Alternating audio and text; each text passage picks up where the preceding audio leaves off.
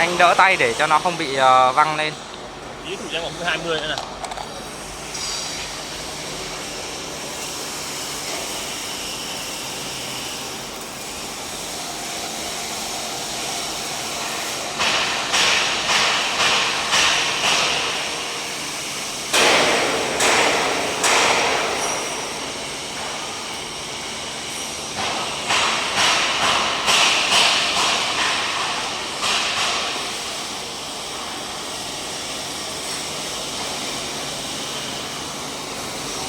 Cái máy này nữa làm phần máy này chỉ khoan thôi.